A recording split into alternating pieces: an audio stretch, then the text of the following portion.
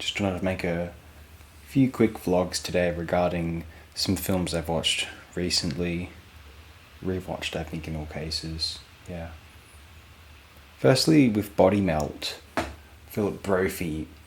Body Melt's an interesting thing. The creators of this film, they originated from a band which it's difficult to pronounce. Like, tisk is the way you pronounce it, but it's Free Arrows. It's this odd little Australian group, which I ought to know more about. The problem with Australian history is it wasn't pop cultural history is it wasn't readily preserved. I think there's that whole phenomenon of generations really tarnishing what came before it, and like the market just sort of drowning out the last decade of culture as soon as it can. And so prior to the internet, American and British culture had an easy time of preserving their pasts via the internet, but in Australia there was no effort made because all the subculture sort of moved on, it seemed. Anyway, so Body Melt comes from a weird place in the history of Australian satire. Body Melt is barely remembered today. And it's an odd thing because Body Melt, given that it came from like a genuinely interesting origin and a group potentially more interesting than another interesting Australian act in this vein is sort of our slightly lamer Devo / residents. That's being a bit too complimentary. Perhaps Tism. They have a great song called Amway where the lyrics are just Amway, Amway, deaf, deaf. Although aside from that, I think Tism are they're okay.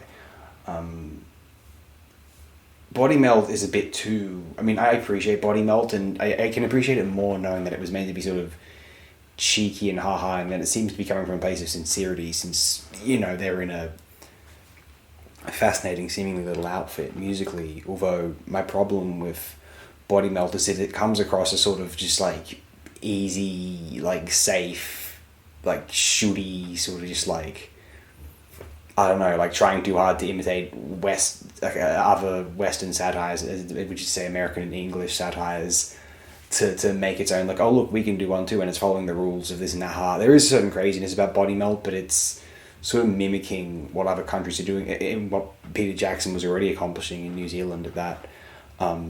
It's a slight shame. Not that, and there is some degree of this occurring within Australia itself. I think of, I don't know if we want to count, there's an older film called Pandemonium, which I wasn't aware of the existence of until after it begun my own film. And then there's like a Howling Free, if you count that. But anyway, Body Melt, it's valid but easy targets.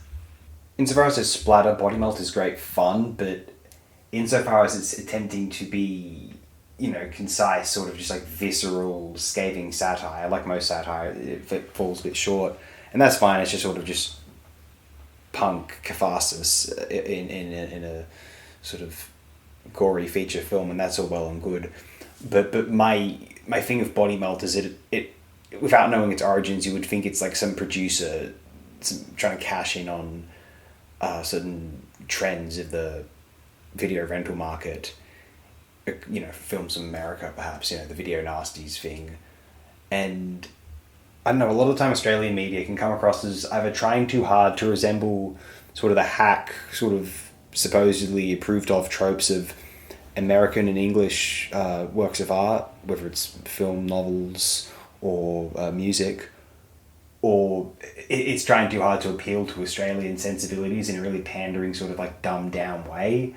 And I just, so few things can just be truly original and just brilliant, because it requires a bit of courage, which most Australians aren't wholly capable of. But when Australian media gets it right, like, oh man, does it get it right?